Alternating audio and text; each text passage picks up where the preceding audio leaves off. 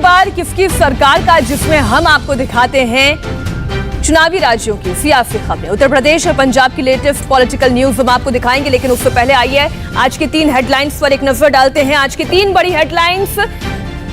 आज पहली बड़ी खबर उत्तर प्रदेश की है। जी हां, पूर्वांचल एक्सप्रेसवे का उद्घाटन। एक्सप्रेसवे की सबसे बड़ी सौगात आज पूर्वांचलियों को मिलने वाली है। प्रधानमंत्री नरेंद्र मोदी अब से थोड़ी देर के बाद देश के सबसे लंबे एक्सप्रेसवे का उद्घाटन करेंगे। उद्घाटन का सबसे खास लम्हा वो होगा जब पीएम मोदी एक्सप्रेसवे पर बनी हुई एयर स्ट्रिप पर हरक्यूलिस से लैंड करेंगे।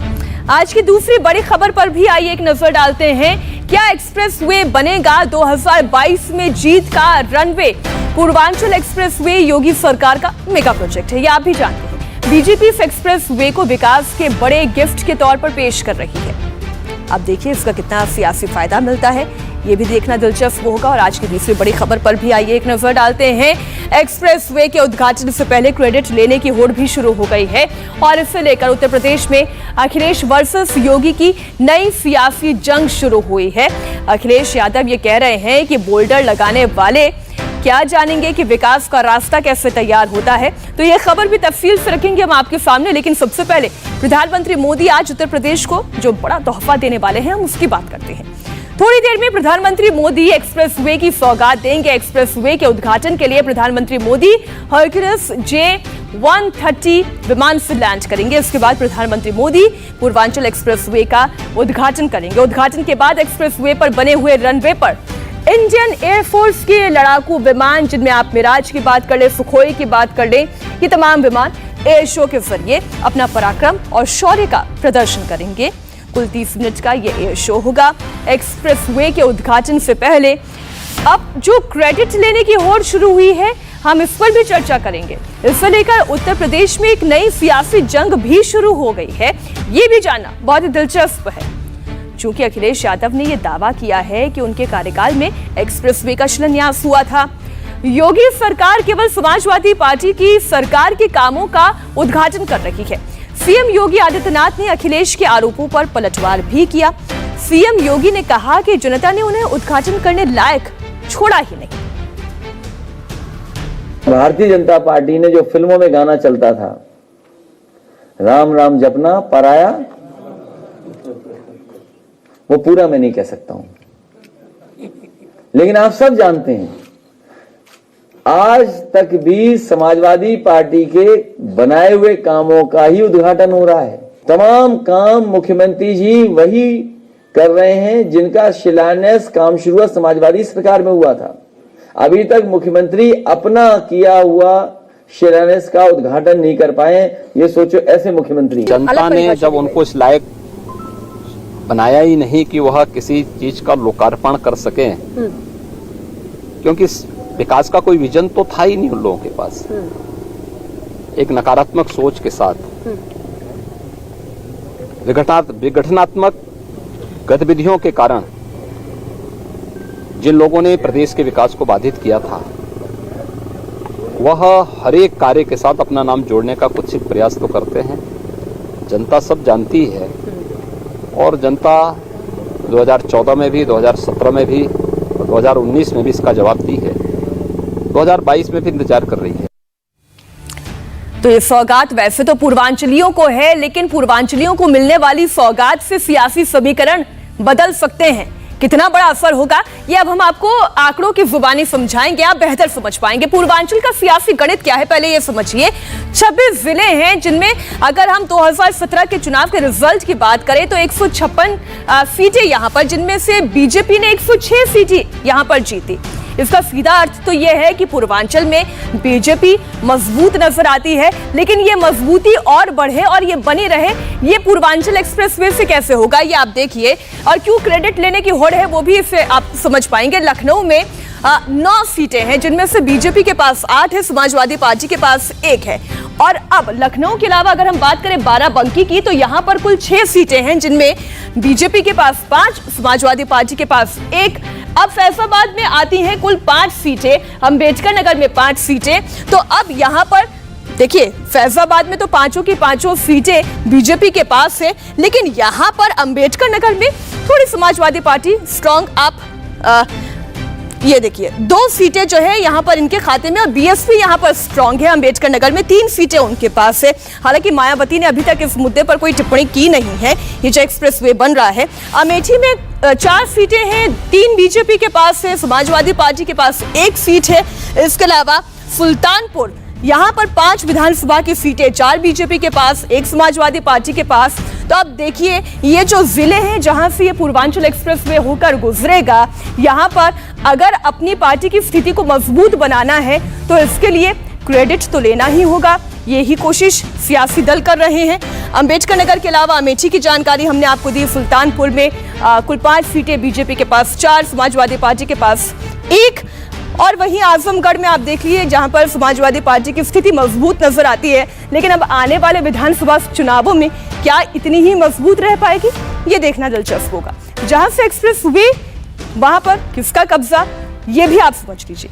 लखनऊ, अब आप देखिए यहां पर लखनऊ से सांसद है राजनाथ सिंह, पार्टी आप जानते हैं बीजेपी। बाराबंकी उपेंद्र रावत यहां से सांसद है, यहां भी बीजेपी। इसके अलावा फैजाबाद लल्लू सिंह, यहां पर भी सांसद बीजेपी के ही। तो अब ये वो इलाके हैं जहां पर बीजेपी मजबूत है, और हमने विधानसभा का गणित भी आपको समझा दिया। कुछ और आंकड़े हम आपके सामने रख रहे हैं। देखिए, ये देखिए आजमगढ़, मऊ और इसके अलावा गाजीपुर, ये पूरा रूट हम आपको पूर्वांचल का रूट बता रहे हैं। और यहाँ पर कौन सी पार्टी के सांसद हैं, विधायक हैं, वो हमने आपके सामने जानकारी रखी। विशाल प्रताप सिंह हमारे साथ जुड़े हुए हैं। विशाल, हम सबसे पहले से जुड़ी हुई सियासत की ही बात कर लेते हैं।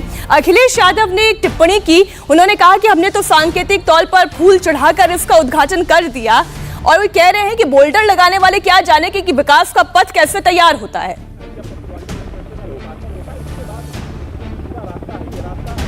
बिल्कुल मीनाक्षी, अगर ये कहा जाए कि पूर्वांचल एक्सप्रेसवे को लेकर के राजनीतिक की जो सियासत है उत्तर प्रदेश में वो पूरी तरीके से चरम पर है। कल अखिलेश यादव ने जब मीडिया से बातचीत की तो उन्होंने कहा कि ये पूर्वांचल एक्सप्रेसवे दरअसल समाजवादी पूर्वांचल एक्सप्रेसवे है, और इसका हम लोग बहुत पहले शिलान्यास कर चुके थे, और हमारे सारे कामों को भारतीय जनता पार्टी अपना काम बताने की कोशिश करती है और हमारे सारे कामों को नए नाम से प्रस्तुत कर देती है। उन्होंने कटाक्ष भी किया कि जो लोग बोल्डर लगा रहे हैं हाईवे पे, एक्सप्रेसवे पे, वो भला एक्सप्रेसवे का निर्माण क्या करेंगे। वहीं भारतीय जनता पार्टी का कहना यह है कि पूर्वांचल एक्सप्रेसवे तो उन्होंने बनाना है, साथ ही साथ लखनऊ आगरा एक्सप्रेसवे जिसको कि समाजवादी पार्टी क्लेम करती है, हालांकि उनके टेन्योर में वो बनाया भी गया है, लेकिन भारतीय जनता पार्टी का यह कहना है कि उसको भी पूरी तरीके से आधा अधूरा छोड़ दिया गया था और उसको भी कंप्लीट भारतीय जनता पार्टी ने किया है। लेकिन अगर सियासी आंकड़ों की बात कर लिया जाए मीनाक्षी, जिसका भी आप जिक्र कर रही थी, तो पूर्वांचल के ये इलाके भारतीय जनता पार्टी के लिए बहुत ज्यादा महत्वपूर्ण हो जाते हैं, क्योंकि कहा यह जाता है कि जो पूर्वांचल जीत लेता है उत्तर प्रदेश की गद्दी तक पहुंचना उसके लिए बेहद आसान हो जाता है। और ऐसे में यहाँ के जो जिले हैं, अगर बात कर लिया जाए बाराबंकी की, अमेठी की,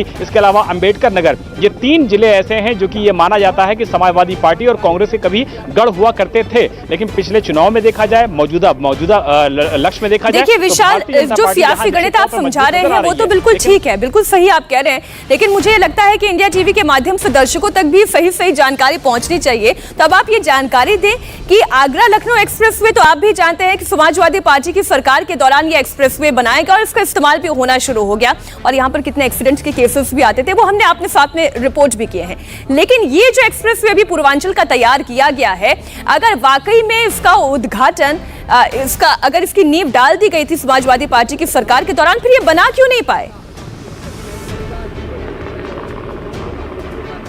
देखिए सच मीनाक्षी ये है कि पूर्वांचल एक्सप्रेसवे की अगर आप बात करिए तो पूर्वांचल एक्सप्रेसवे का जो निर्माण कार्य है, जो उसके बनने की लागत है, वो निश्चित तौर पर भारतीय जनता पार्टी के टेन्योर के दौरान पूरी हुई है, और 2018 में, अक्टूबर 2018 में इसकी शुरुआत हुई थी, और अभी ये पूरी तरीके से कंप्लीट हुआ है, जिसका उद्घाटन करने जा रहे हैं प्रधानमंत्री नरेंद्र मोदी। तो ये कहना कि पूर्वांचल एक्सप्रेसवे दरअसल समाजवादी पार्टी के टेन्योर का बनाया हुआ था, ये सरासर गलत होगा और फैक्चुअली करेक्ट नहीं होगा, क्योंकि इसकी निर्माण की शुरुआत पूरी तरीके से भारतीय जनता पार्टी के टेन्योर में हुई है, और उद्घाटन भी इसका करने जा रहे हैं प्रधानमंत्री नरेंद्र मोदी। सबसे महत्वपूर्ण बात यहाँ पर मीनाक्षी ये हो जाती है कि जो काम हुए हैं उसका क्रेडिट लेने की जो होड़ मचती है, निश्चित तौर पर ये कहीं ना कहीं सियासी संकट पैदा करती है राजनीतिक पार्टियों के लिए। और इसी को देखते हुए आज समाजवादी पार्टी की तरफ से ये ऐलान किया गया था कि एक्सप्रेस वे पर समाजवादी पार्टी के जो कार्यकर्ता हैं वो साइकिल लेकर निकल सकते हैं, फूल चढ़ा करके यहाँ के उद्घाटन कर सकते हैं, यानी कि अपना काम निश्चित तौर पर बताने की कोशिश की जा रही है। क्योंकि अधिग्रहण की, जमीन अधिग्रहण की जो शुरुआती काम होता है किसी भी प्रोजेक्ट को लेकर के, वो समाजवादी पार्टी के सरकार के दौरान जरूर हुआ था। लेकिन अगर बात किया जाए A to Z से लेकर के, यानी कि 1 से लेकर 100 तक का इसका जो निर्माण कार्य हुआ है वो पूर्वांचल एक्सप्रेसवे का भारतीय जनता पार्टी के टेन्योर में हुआ है। और यही वजह है कि मुख्यमंत्री योगी आदित्यनाथ यहाँ पर लगातार आ रहे थे, अधिकारियों को लगातार ये मौका दिया गया था कि 3 साल के अंदर 36 महीनों के भीतर उन्हें किसी भी हाल में इस प्रोजेक्ट को कंप्लीट करना है। और तय समय में मानकों के हिसाब से कोविड की दोनों लहरों के बीच में अगर ये काम कंप्लीट हुआ है उत्तर प्रदेश के लोगों के लिए, आसपास के लोगों के लिए, दर्शकों के लिए, तो निश्चित तौर पे कहा जा सकता है कि एक बहुत बड़ी उपलब्धि है जो कि उत्तर प्रदेश की सरकार आज उत्तर प्रदेश की जनता को सौगात के तौर पर देने जा रही है। और इसका उद्घाटान प्रधानमंत्री नरेंद्र मोदी खुद अपने कर कमलों से करने जा रहे हैं। बिल्कुल विशाल, आपने सही कहा। अब तो अखिलेश यादव से ये पूछना होगा कि राम नाम जपना, और आगे की लाइन मैं नहीं बोलूंगी, ठीक उसी तरह जैसे अखिलेश जी ने वहीं पर रोक दिया। ये तो सवाल अब उन्हीं से पूछा जाना चाहिए। इंडिया टीवी हर वक्त हर जगह डाउनलोड करने के लिए सर्च करें India TV news Google play store या ऐप स्टोर पर।